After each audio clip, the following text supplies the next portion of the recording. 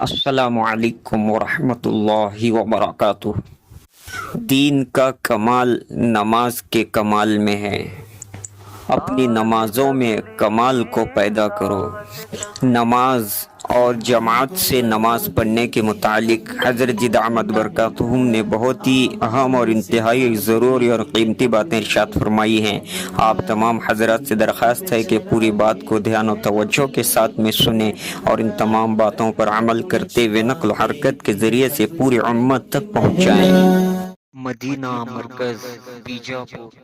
کہ میرے دوستو عزیزو، اپنی نمازوں میں کمال پیدا کرو، اپنی نمازوں میں کمال پیدا کرو، اس لیے کہ دین کا کمال نماز کے کمال میں ہے۔ دین کا کمال نماز کے کمال میں ہے۔ جتنا نماز میں کمال ہوگا دین میں کمال پیدا ہوگا۔ من اقامہا فقد اقام الدین، جو نماز کو بگاڑے گا وہ دین کو اٹھائے گا۔ بلکہ یہاں تک حدیث میں آتا ہے کہ جو رکوع سے اٹھنے کے بعد کمر کو سیدھا نہیں رکھتا، اللہ اس کی نماز کی طرف نظر اٹھا کر دیکھتے نہیں کہ یہ کیا کر رہا ہے۔ اپنی نمازوں میں کمال پیدا کرو۔ تو میں نے عرض کیا کہ بہت متوجہ ہو کے بات سنو، میں نے عرض کیا کہ اپنی نمازوں میں کمال پیدا کرو۔ نماز کیوں بگڑتی ہے؟ نماز کے بگڑنے کی وجہ یہ ہے کہ ادھر دیکھو نا میری طرف، آپ تو ادھر دیکھ رہے ہیں، میری طرف دیکھو۔ نماز کیوں بگڑتی ہے؟ اس لیے کہ نماز سے کامیابی کا اور مسائل کا حل کا کوئی تعلق نہیں رکھتے۔ ہم سمجھتے ہیں کہ کاروبار ضرورت کے لیے کاروبار ہے اور آخرت کے لیے نماز ہے۔ مدینہ مرکز بیجاپور۔ نماز آخرت کے لیے، کاروبار دنیا کے لیے نہیں، ایسا نہیں ہے۔ بلکہ پہلی بات یہ ہے کہ یہ نماز پہلے دنیا میں دنیاوی مسائل کو حل کرائے گی، پھر آخرت کے مسائل میں مدد کرے گی۔ کیونکہ جو شخص یہ سوچ لے گا کہ نماز تو آخرت میں کام آئے گی، کاروبار دنیا کے لیے ہے، اس کے لیے اس کے علاوہ کوئی راستہ نہیں کہ یہ نماز کو بگاڑ کر جائے گا کاروبار کے لیے۔ ادھر گاہک آ گیا، مغرب کی اذان ہو گئی، کیا کروں؟ گاہک کو دیکھوں نماز پڑھوں؟ یوں سوچے گا جماعت سے نماز پڑھنا تو سنت ہے، فرض تو ہے نہیں۔ جی ہاں، پہلے گاہک کو دیکھ لیتا ہوں، اس سے فارغ ہو کر پڑھ لوں گا نماز۔ لوگوں کی نمازیں قضا کیوں ہوتی ہے؟ نماز پڑھنے والوں کی نماز پڑھنے والوں کی نمازیں ان کے اسباب کی وجہ سے قضا ہوتی ہیں، اور ایک نماز کا قضا ہونا نمازی کے لیے بد دعا کرتا ہے۔ اور میں سمجھتا ہوں کہ سب سے پہلے بد دعا جو لگتی ہے وہ کاروبار کو لگتی ہے۔ نماز کی پہلی بد دعا کاروبار کو لگتی ہے۔ بہت سے نمازی ہیں، بہت سے لوگ نماز پڑھتے ہیں، شکایت کرتے ہیں کہ نماز پڑھنے پھر بھی کاروبار نہیں چلتا۔ معلوم ہوتا ہے کہ یا تو نماز کو بگاڑ کر پڑھ رہے ہیں، یا نماز کو قضا کر کے پڑھ رہے ہیں، یا اس سے بڑھ کر یہ ہے کہ جماعت کی نماز چھوڑ کر نماز پڑھ رہے ہیں۔ جی ہاں، سنت نہیں ہے صرف کہ بھئی یہ تو سنت ہے جماعت سے نماز پڑھنا، نہیں۔ جماعت کی نماز کی حکمت اور اہمیت کیوں زیادہ تھی؟ آپ نے فرمایا جو نماز جماعت سے آ کر نہ پڑھے مسجد میں، اپنے گھروں میں ادا کر لیں، میں حکم دوں کہ لکڑیاں جمع کر کے ان کے گھروں کو جلا دیا جائے۔ حالانکہ گھر تو رہنے کی جگہ ہے، گھر جل جائیں گے تو کہاں رہیں گے؟ کہ نہیں، ان کے لیے کوئی ٹھکانہ ہی نہ ہو سوائے اس کے کہ مسجد میں رہیں اور نماز مسجد میں پڑھیں کہ گھر جلا دو۔ نماز چھوڑنے والوں کے گھر نہیں جلوا رہے، نماز پڑھنے والوں کے گھر جلوا رہے ہیں آپ نے فرمایا حدیث میں ہے کہ انہیں دل چاہتا ہے حکم دوں میں نوجوانوں کو کہ ادھر اکٹھا کریں، ان کے گھر کو جلا دیں جو نماز گھر میں پڑھ رہے ہیں۔ اللہ اکبر! جو نبی اپنی امت پر اتنے شفیق و مہربان ہیں، وہ یہ کہہ رہے گھر جلا دو ان کے۔ پوچھا گیا عبداللہ بن مسعود رضی اللہ تعالیٰ عنہ سے کہ ایک آدمی نماز تو پڑھتا ہے 5 وقتہ، لیکن جمعہ اور جماعت کی نماز کے لیے مسجد میں نہیں آتا، اسے کوئی ایسا عذر نہیں کہ ٹانگیں کٹی ہوئی ہوں، یا ایسا اندھا ہو کہ اس کو کوئی لانے والا نہ ہو، یا ایسا بیمار ہو جو چاپ ایسے حرکت نہ کر سکتا ہو، کوئی عذر اس کو نہیں ہے، آپ اس کے بارے میں کیا کہتے ہیں؟ نماز نہیں چھوڑتا ہے، 5 وقتہ نماز پڑھتا ہے، لیکن مسجد میں نہیں آتا۔ عبداللہ مسعود نے فرمایا کہ وہ آدمی جہنمی ہے۔ سنو تو صحیح، کیا فرما رہے ہیں؟ جہنمی؟ کیوں ہے یہ بات؟ دیکھو، یاد رکھنا، جماعت کی نماز مسلمان کو منافق اور مشرک اور کفار کے درمیان سے 5 مرتبہ نکال کر یہ دکھلانے کے لیے ہے کہ ہم ایمان والے ہیں. فجر کی نماز سے لے کے عشاء کی نماز تک 5 مرتبہ ہر مسلمان وہ بازاروں کے، دفتروں کے، حکومتوں کے، سیاستوں کے، سرمایہ داریوں کے نقشوں میں جہاں جہاں مسلمان پھیلے ہوئے ہیں وہ صبح سے لے کے شام تک 5 مرتبہ اب ان کے درمیان سے نکل کر مسجد میں جمع ہوں نماز کے لیے اور یہ بتائیں کہ ہم ایمان والے ہیں. اپنے آپ کو صبح سے لے کے شام تک 5 مرتبہ ایمان والا ثابت کرنے کے لیے جماعت کی نماز ضروری ہے. یہ ہے مقصد اس کا. یہاں جمع ہو کر بتاؤ ہم کون ہیں.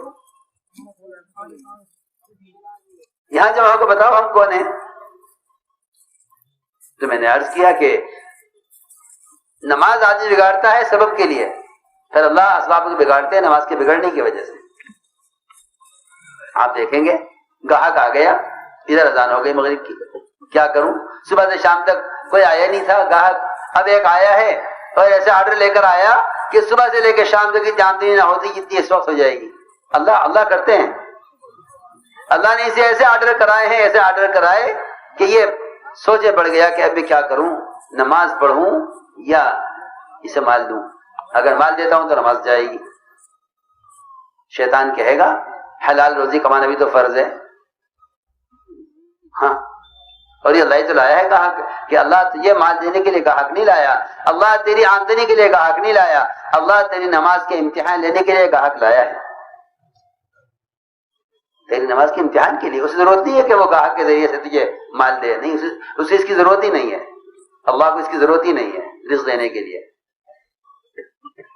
اللہ دیکھنا چاہتے ہیں کہ اس وقت تو نماز کے لیے اٹھ کر آتا ہے گاہک کو چھوڑ کر تو رزق ہمارے ذمہ ہے، اور اگر تو اس گاہک کو کے لیے نماز کو چھوڑتا ہے تو پھر دیکھ لے اپنا انجام. کیا انجام ہوا؟ نماز تو گئی، یہ کپڑا کھول، وہ کپڑا دکھاؤ، وہ کپڑا دکھاؤ، وہ کپڑا دکھاؤ، اور جی ہاں ساری دکان کا کپڑا کھلوا لیا.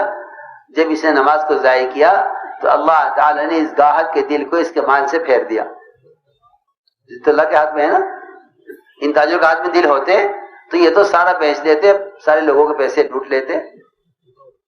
قلوب تو کس کے ہاتھ میں ہے؟ اللہ کے ہاتھ میں. اسے نماز ضائع کی گاہک کے لیے، اللہ نے گاہک کے دل کو اس کے مال سے پھیر دیا. سارا کپڑا کھلوا کے کہتا ہے نہ کچھ سمجھ میں نہیں آ رہا، میرے تو کچھ سمجھ میں نہیں آ رہا. مدینہ مرکز بیجاپور.com. پہلے کہتے ہیں تاجر لاؤ جی خان صاحب کے لیے چائے لاؤ، ٹھنڈا لیں گے گرم لیں گے، اور جی ایک بال کھلوا کے چلے جاوے نا، پیچھے سے گالیاں دیں. لینا دینا کچھ ہوتا نہیں انہیں، وہ ضائع کرتے ہیں اپنا بھی ہمارا بھی. ہاں یہ اصل بات یہ ہے. تو نے نماز کو ضائع کیا، اللہ نے تیرے گاہک کے دل کو تیرے مال سے پھیر دیا. کر لے تو نماز گئی، اس کا گناہ الگ اور مال کچھ ہاتھ آیا نہیں. تم اللہ کا حق مار کے مخلوق سے فائدہ کیسے اٹھا لو گے؟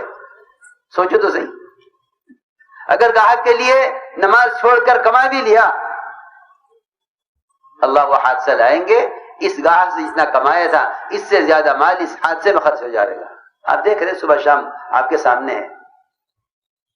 لوگ سود سے کما کر سمجھتے ہیں، لوگ بینکوں کے قرضے لے کر سمجھتے ہیں ہم مالدار ہیں. خدا کی قسم یہ مالدار نہیں ہیں، یہ تو گروی رکھے ہوئے ہیں بینکوں پر، یہ تو گروی رکھے ہوئے ہیں، یہ تو گروی رکھے ہوئے ہیں قرضوں پر. ان کے پاس کچھ نہیں ہے، پاس کچھ نہیں ہے. جس دن ان سے مطالبہ ہوگا اس مال کا، ان کے اپنے پاس کچھ بھی نہیں ہوگا، کچھ بھی نہیں ہوگا. یہ اپنے برابر والوں سے مال مانگیں گے، اپنے نیچے والوں سے قرض لیں گے، اپنے نیچے والوں سے قرض لیں گے.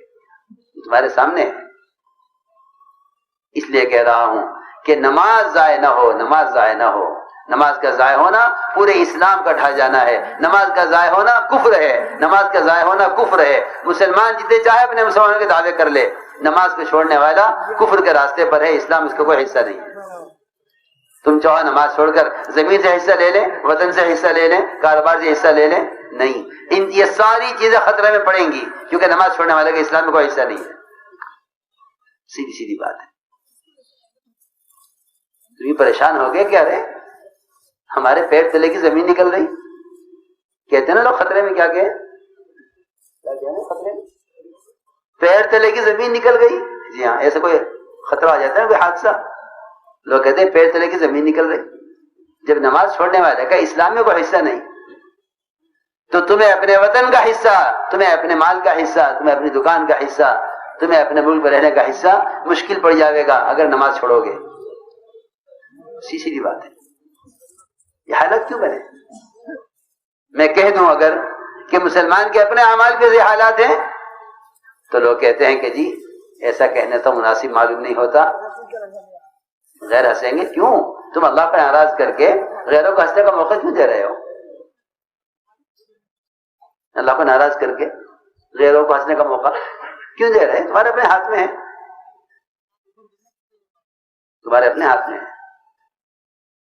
اللہ کا حق مار کر تم اپنا حق اللہ کے غیر سے کیسے لے سکتے ہو؟ میں بار بار سمجھا رہا ہوں، بار بار عرض کر رہا ہوں. عمر رضی اللہ عنہ کو جب نیزہ مارا گیا اور نیزہ معدے کے اندر تک پہنچ گیا، دودھ پلایا گیا، زخم سے باہر آ گیا، حضرت عمر بے ہوش تھے. ہوش میں آنے کی ساری کوششیں ناکام ہو گئی. آخر میں کسی نے کہا ان کے کان میں نماز کے دن ہوش آ جائے گا. حضرت عمر کو میں کہا گیا کان میں، حضرت عمر کے کان میں ابھی منی نماز، فوراً ہوش آ گیا نماز کے نام سے. اور آخری بات یہ فرمائی دنیا سے جاتے ہوئے کہ جو آدمی نماز چھوڑ دے اس کا اسلام میں کوئی حصہ نہیں ہے.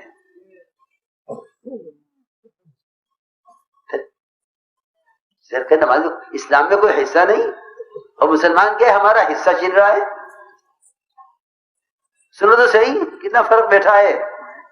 حضرت عمر کہہ رہے اسلام میں کوئی حصہ نہیں ہے اور یہ چیخ رہے ہیں کہ ہمارا حصہ نہیں مل رہا. بھائی تم نماز چھوڑ کر جب اسلام میں حصے دار نہ رہو گے، اللہ نہ کرے، تو پھر اپنا حصہ کہاں سے لوگے؟ کس سے لوگے؟ بس یہ پورا مجمع عزم کر لے کہ نماز نہیں چھوڑیں گے. نماز چھوڑ دینے کے بعد تو اسلام باقی نہیں رہتا. اسلام باقی نہیں رہتا. جیسے سر کٹ جائے تو انسان باقی نہیں رہ سکتا. سر کاٹ دو تو انسان باقی نہیں رہ سکتا. نماز چھوڑ دو تو اسلام باقی نہیں رہ سکتا. اللہ رب العزت ہم سب کو ان تمام باتوں پر عمل کرنے کی توفیق عطا فرمائے.